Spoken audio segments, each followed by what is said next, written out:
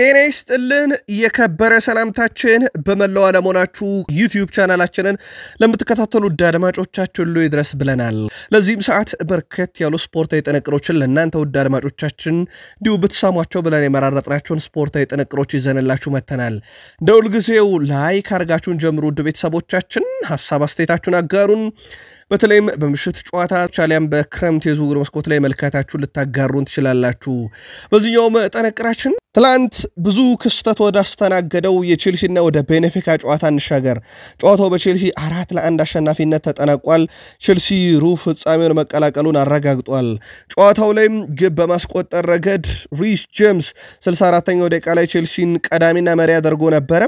በኋላም ላይ 95ኛው ደቂቃ ላይ ዲ ማሪያ ግብ አስቆጥሮ አቻ ደረጋቸው። ዲ ማሪያ በአውሮፓ እግር ኳስ ቆይታው የመጨረሻው ግብ ሆና ተመዝግባለታለች።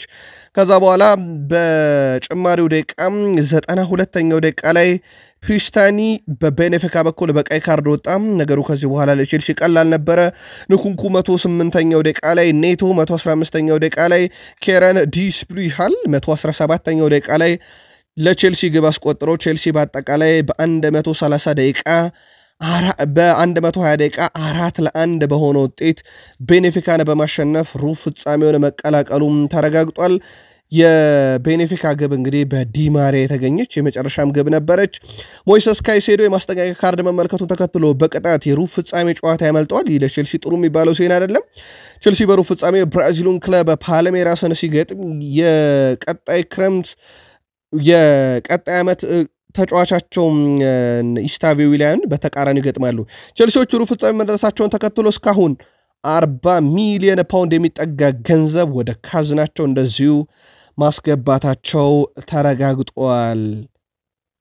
ማሬስካ እንግዲህ ከዚህ በኋላ ነው ብስጭታቸውን የገለጹት። በነገራችን ላይ ብታምኑም ባታምኑም ጨዋታው ለ2 ሰዓት ያህል ተራዝሟል።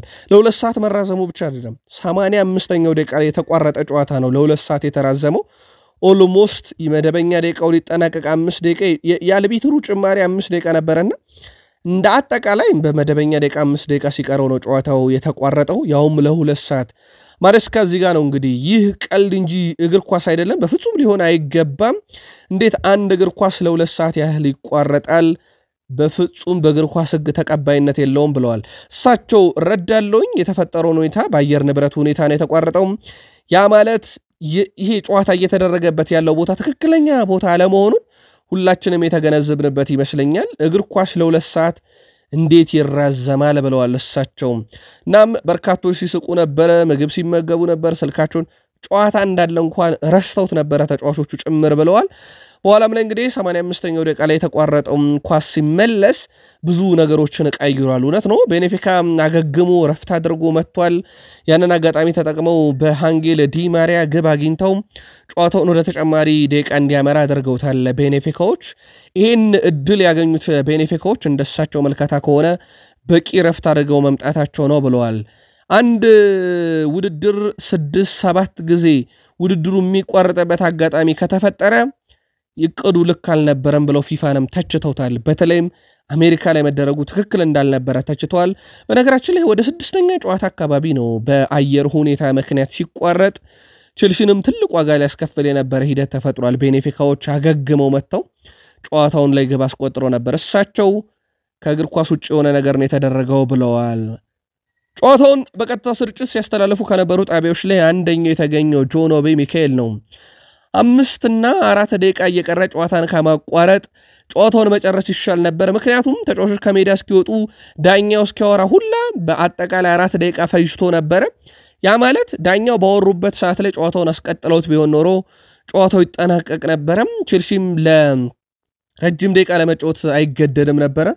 በፍጹም ተቀባይነት የለውም ብሏል ጆን ኦቢ ሚካኤልም። በቀጥታ ስርጭት ላይ ጨዋታውን ሲያስተላልፉ ከነበሩ ጋዜጠኞች አንደኛው ሆኖ ሲያገለግል ነበርና ከነበረው ሁኔታ አንጻር ዳኛው ከፈጁት ደቂቃ አንጻር ጨዋታውን በመደበኛ ሰዓት ማጠናቀቅ ይቻል ነበር ብለዋል።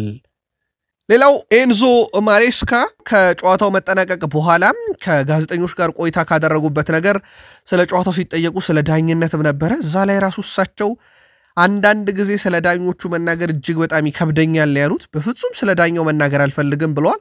በተለይም ጨዋታው ከመቋረጡ ጎን ለጎን እሳቸው በጨዋታ አፈጻጸሙነቱ ላይ ከዳኝነት ውሳኔ ጋር በተያያዘ እጅግ በጣም መበሳጨታቸውን ገልጿል።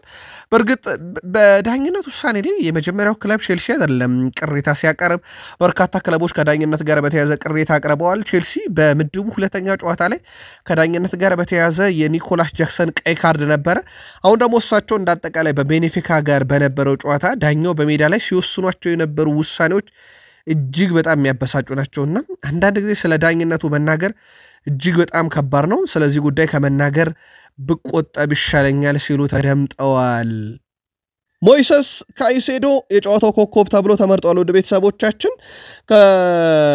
እንግዲህ ብዙዎች ኩኩሬላ ይሆናል ብለው ጠብቀው ነበር። ካይሴዶን የተመረጠው ግን በቢጫ ካርዱ ሰለባ ምክንያት የፓልሜራስ የሩብ ፍጻሜ ጨዋታ እንደሚያመልጠው ይታወቃል።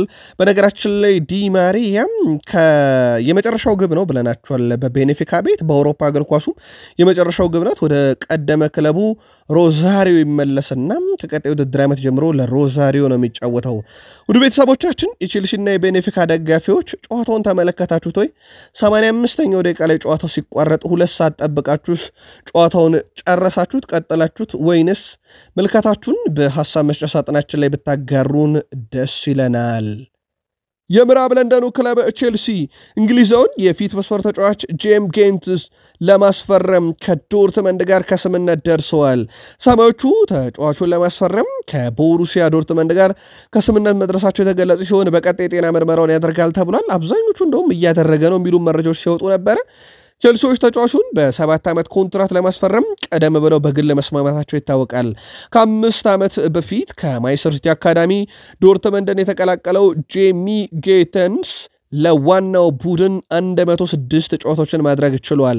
የዓመቱ ጄሚ ጌተንስ በተጠናቀቀው ውድድር ዓመት ጥሩ ጊዜ ሲያሳልፍ ለዶርትመንድ የሻምፒዮንስ ሊግ 4 ግቦችን ጨምሮ 12 ግቦችን እንዳጠቃላይ በውድድር ዓመቱ አስቆጥሯል። በግራ የፊት መስመር ላይ መጫወት የሚችለው ጄሚ ጌተንስ በተጨማሪም የአጥቂ አማካይ ቦታና ሐሰተኛ 9 ቁጥር ላይ መጫወት ይችላል። ስለሆነም ቼልሲ ለረጅም ጊዜ የሰራበትን የጄሚ ጌተንስን ዝውውር ለማጠናቀቅ ከስምነት ደርሷል። በቀጣይ ሕክምና ምርመራውን አጠናቆ ውጤቱ እጃችን ላይ እንደደረሰ እንደዚሁ ለቼልሲ ደጋፊዎች መረጃውን የምናጋራችሁ ይሆናል።